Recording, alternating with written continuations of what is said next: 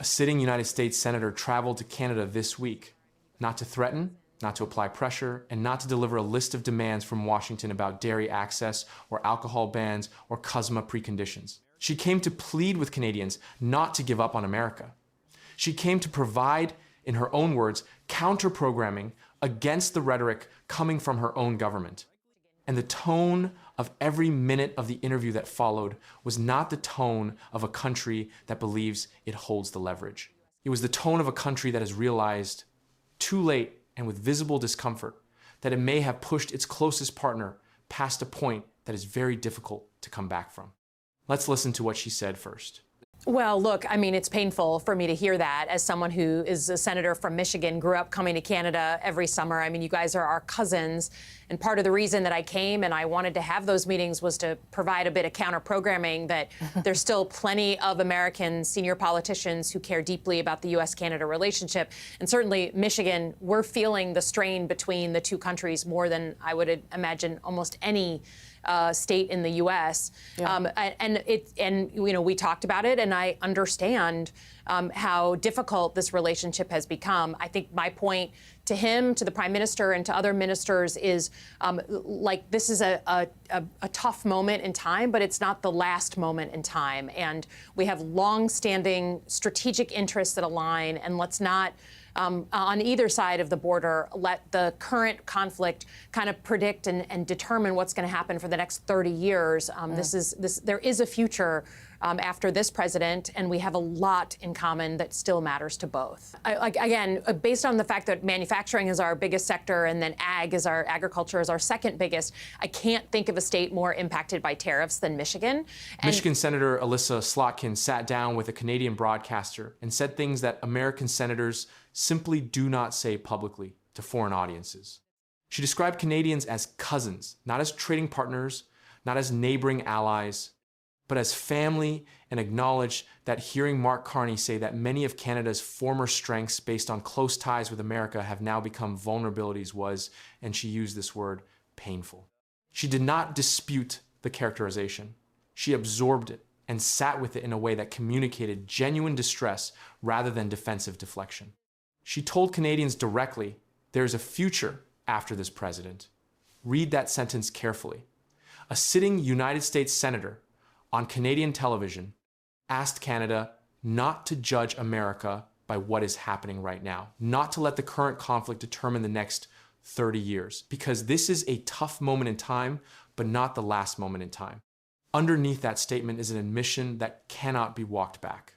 Trump has damaged America's standing with its closest allies so severely that American lawmakers are now crossing the border to do damage control, not on behalf of the administration, but in opposition to it. Counter-programming, she called it, against her own government's messaging, delivered on foreign soil. That does not happen when a country is winning a trade war. That happens when a country is losing one. The economic content of the interview provides the substance behind the anxiety. Michigan is the manufacturing core of the American auto industry. The integrated supply chain between Ontario and Michigan, the one where components cross the border multiple times before a finished vehicle leaves an assembly plant, was not built accidentally. It was constructed deliberately over decades because the economics of cross-border manufacturing specialization were so compelling that both sides invested heavily in deepening the integration. That integration is now being actively disrupted by the tariffs that Washington imposed unilaterally on a trade partner operating under a signed agreement that explicitly governs those sectors. A report cited during the interview found that the tariffs are costing U.S. automakers $122.5 billion. Slotkin did not dispute the number. She said Michigan is feeling it deeply. The industry is feeling it deeply. Suppliers are feeling it deeply.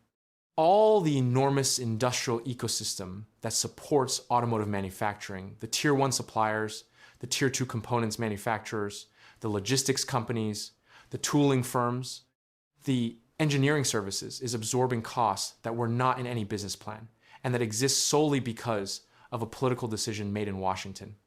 The tariffs that were presented to the American public as a mechanism to protect American manufacturing are being described by the senator from the state most dependent on that manufacturing as something that is damaging the industries it claimed to defend.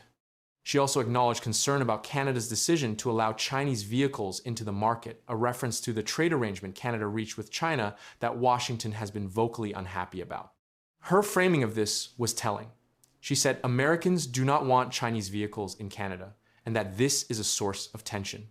But what she did not say is equally important. She did not suggest Canada had done anything wrong by seeking alternative trade relationships. She described it as being on different pages on international trade issues for the first time in a long time. That framing acknowledges implicitly that Canada's diversification away from exclusive American dependence is a rational response to the conditions Washington created, not a betrayal, not a hostile act, but an understandable adaptation. The mayor of Windsor, speaking in the same interview, delivered the domestic American warning that the White House has been trying to avoid making explicit. American consumers are about to feel significantly more pain from the tariffs when prices continue rising through the summer. The cost of hamburger at an American grocery store, the price of building materials, the expense of any manufactured good with aluminum, steel, or automotive components in its production chain. These are the downstream effects of the tariff policy that the administration sold as protecting American workers, reaching American households in the form of higher prices on ordinary purchases.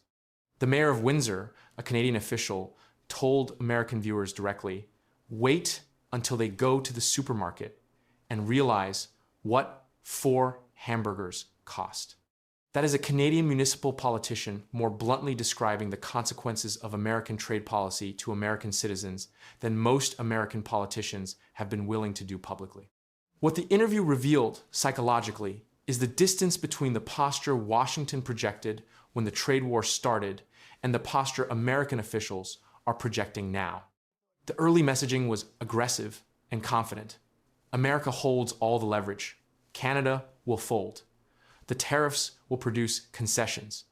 The 51st state rhetoric was deployed with the apparent expectation that it would intimidate rather than galvanize. What it produced instead was a national solidarity movement, a buy Canadian consumer shift that polling now shows commands over 80% support across every region of the country, a 35% drop in Canadian cross-border visits to the United States, and a prime minister who publicly stated that Canada is no longer operating from the same assumptions about the bilateral relationship that governed Canadian policy for generations. The senator came to Canada to provide counter-programming. What she actually provided was the most honest public accounting yet of what the trade war has cost the United States in economic terms, in reputational terms, and in the trust of the one relationship that American industrial competitiveness most depends on.